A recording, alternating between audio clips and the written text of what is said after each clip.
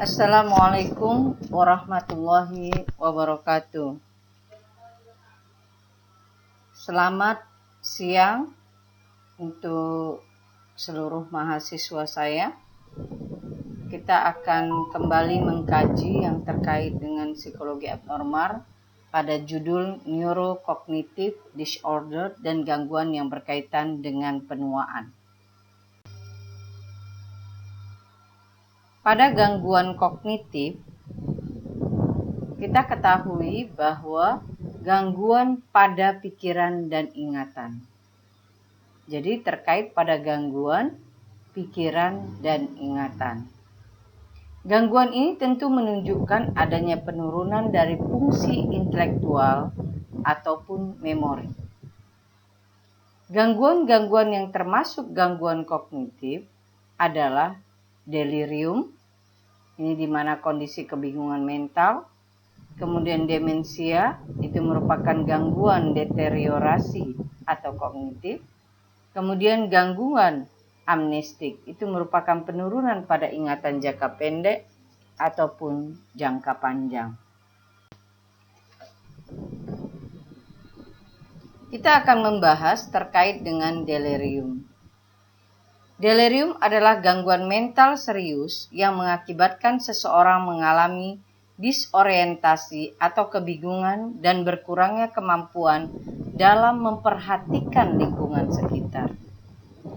Penderitanya kerap tidak dapat berpikir dan mengingat dengan jelas, sehingga mudah teralihkan.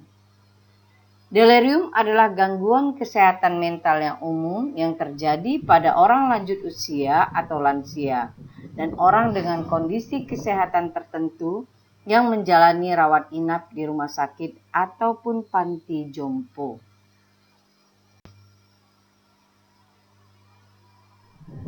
Delirium dan simptom-simptomnya biasanya kita dapat mengetahui berkurangnya kesadaran terhadap lingkungan sekitar, kemudian kemampuan berpikir atau kognitifnya yang buruk, pemikiran yang tidak terorganisir, pembicaraan yang kacau, pengurangan tingkat kesadaran, dan adanya gangguan terhadap konseptual.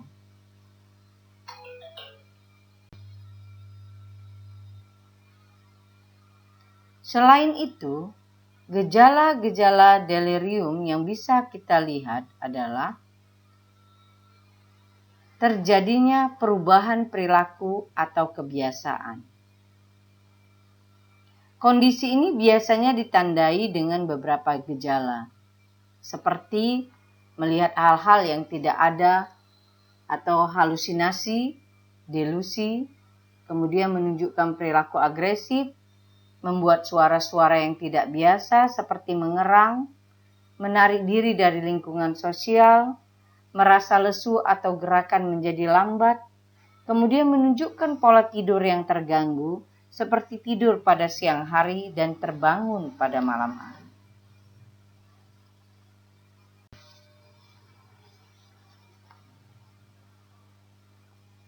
Orang yang menderita delirium juga mengalami gangguan emosional.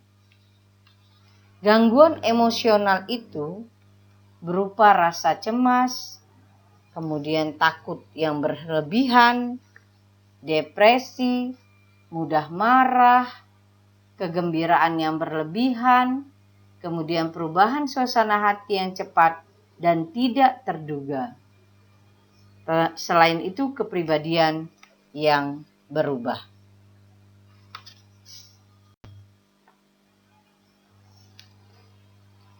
Ada beberapa jenis-jenis delirium.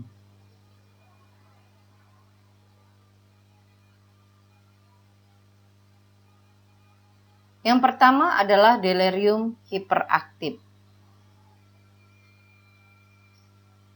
Delirium hiperaktif ini merupakan jenis yang paling mudah dikenali karena perubahan perilaku yang terjadi sangat tampak, seperti kegelisahan, biasanya ditunjukkan dengan mondar-mandir ke sana kemari, mudah marah, perubahan suasana hati yang cepat, serta halusinasi. Yang kedua adalah delirium hipoaktif. Delirium hipoaktif merupakan kebalikan dari hiperaktif, dengan ciri-ciri tidak aktif atau berkurangnya aktivitas motorik. Tampak lesu, rasa kantuk yang tidak normal, tampak linglung atau lambat merespon. Meski demikian, jenis ini lebih sering terjadi dengan perkiraan kasus mencapai 75% dari seluruh penderita delirium. Yang ketiga adalah delirium campuran. Delirium campuran sesuai namanya, tipe ini ditandai dengan gejala hiperaktif atau hipoaktif secara bergantian. Seseorang bisa sangat agresif selama 1 menit, tetapi kemudian menjadi lesu atau mengantuk pada menit berikutnya.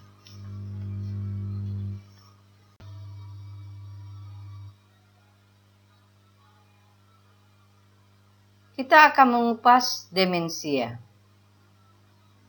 Demensia adalah istilah atau kepikunan yang merupakan gangguan otak yang berdampak pada kemampuan seseorang untuk berkomunikasi dan melakukan aktivitas sehari-hari.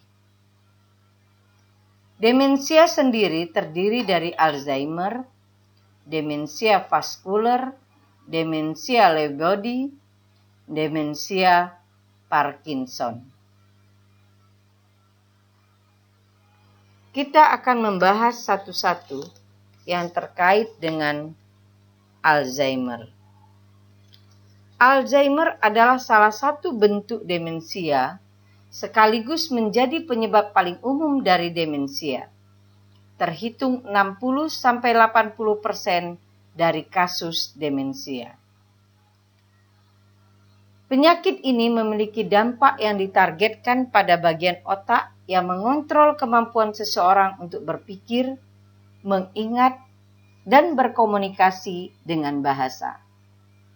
Penyakit Alzheimer semakin memburuk seiring waktu dan mempengaruhi memori, bahasa, dan pikiran.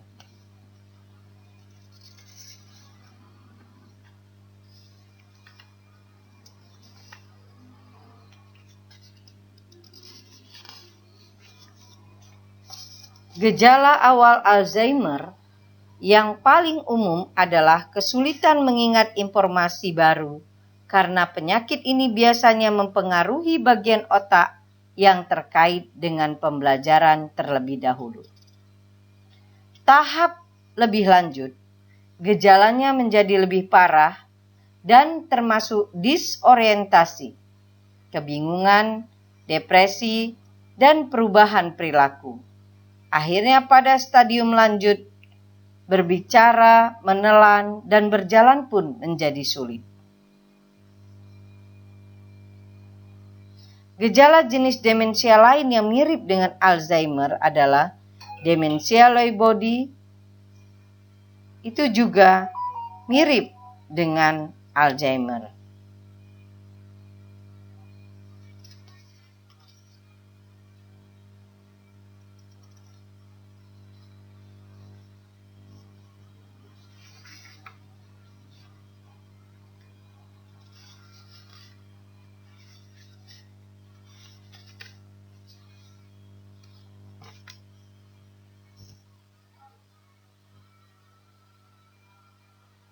Demensia vaskuler ini merupakan spektrum gangguan vaskuler yang berkontribusi menyebabkan penurunan kognitif. Demensia vaskuler ini dapat terjadi akibat dari efek fokal atau global dari penyakit cerebravaskuler.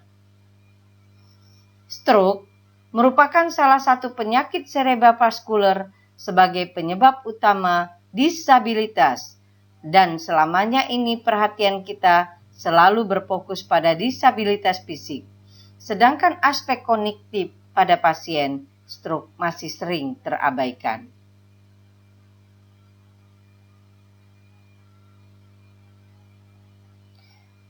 Dampak dari gangguan kognitif pada pasien stroke ini dapat menurunkan kualitas hidup pasien dan menimbulkan ketergantungan yang tinggi terhadap keluarga atau pengasuhannya untuk melakukan aktivitas dasar sehari-hari.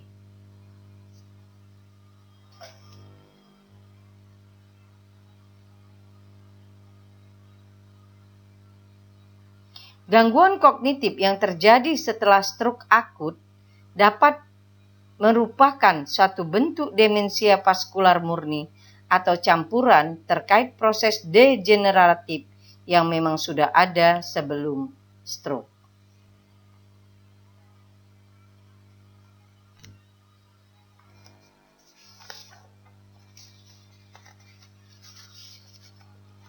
Demensia Lewy body. Lewy body merupakan demensia yang terjadi akibat penumpukan protein di dalam otak. Protein ini terbentuk di sel saraf di bagian otak yang mengatur cara berpikir, daya ingat, dan gerakan tubuh. Demensia ini merupakan penyakit progresif yang berarti gejala mulai secara perlahan dan memburuk seiring waktu. Penyakit ini berlangsung rata-rata 5 hingga 8 tahun sejak didiagnosis hingga meninggal. Tetapi rentang waktunya dapat berkisar dari 2 hingga 20 tahun.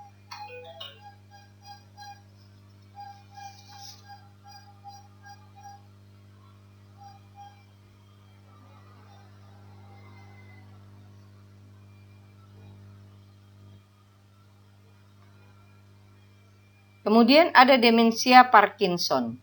Penyakit Parkinson adalah penyakit pada sistem saraf yang mengganggu kemampuan tubuh dalam mengontrol gerakan dan keseimbangan. Kondisi ini menimbulkan beragam keluhan seperti tremor, kaku otot, hingga gangguan koordinasi. Penyakit Parkinson merupakan salah satu penyakit yang menyerang fungsi otak. Kondisi ini kebanyakan diderita oleh orang usia 50 tahun ke atas dan lebih sering terjadi pada pria dibandingkan wanita. Penyebab dan gejala penyakit Parkinson. Penyebabnya karena kerusakan atau kematian sel-sel saraf otak. Penyebab kerusakan atau kematian sel tersebut belum pernah diketahui. Tetapi riwayat penyakit Parkinson pada keluarga dan paparan senyawa kimia bisa meningkatkan resiko terjadinya penyakit ini. Pada tahap awal, penyakit Parkinson menyebabkan ekspresi wajah yang datar, lengan tidak berayun saat berjalan, suara menjadi lebih kecil, hingga gangguan gerakan tubuh. Gejala lain yang bisa terlihat biasanya tangan bergetar atau tremor saat tidak digerakkan, kaku saat bergerak, gerakan yang melambat.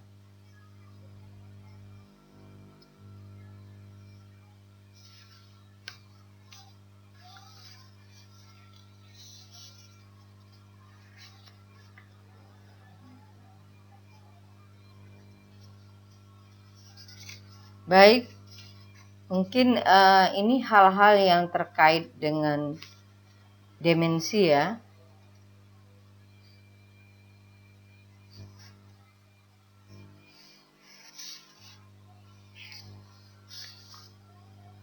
Dan kita juga ada membahas yang terkait dengan gangguan amnestik. Gangguan amnestik ini adalah penurunan pada ingatan jangka pendek atau jangka panjang. Gangguan amnestik biasanya disebabkan oleh sindrom Korsakoff. Sindrom Korsakoff adalah sindrom kekurangan tiamin akibat pola-pola kronis dari penyalahgunaan alkohol. Jika kita kaji dengan gangguan psikologis yang berkaitan dengan penuaan, masalah-masalah psikologis para lanjut usia itu biasanya sering terjadi dengan gangguan kecemasan, depresi yang dalam derajat yang bervariasi, gangguan tidur, ingatan yang tidak dapat disembuhkan, dan biasanya sifatnya progresif. Gangguan kecemasan para lanjut usia itu secara keseluruhan. Jadi gangguan kecemasannya secara menyeluruh. Sedangkan depresi pada lanjut usia mungkin diiringi oleh penurunan ingatan yang bisa teringat kembali setelah sembuh. Selain itu, gangguan psikologis juga yang berkaitan dengan penuaan itu terkait pada insomnia, apnea tidur, kemudian demensia tipe vaskular tadi sudah kita bahas ya, Alzheimer juga sudah.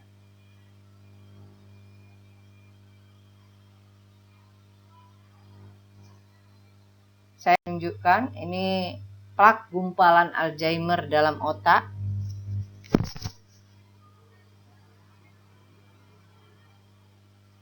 Jadi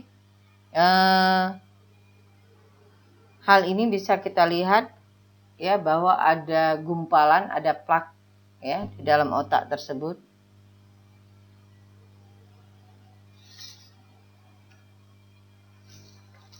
Baik, untuk pembahasan terkait dengan masalah neurocognitive disorder dan gangguan yang berkaitan dengan penuaan, saya rasa sampai di sini. Selamat belajar, mudah-mudahan sukses selalu. Assalamualaikum warahmatullahi wabarakatuh. Sampai jumpa dan selamat mengikuti aktivitas yang lain.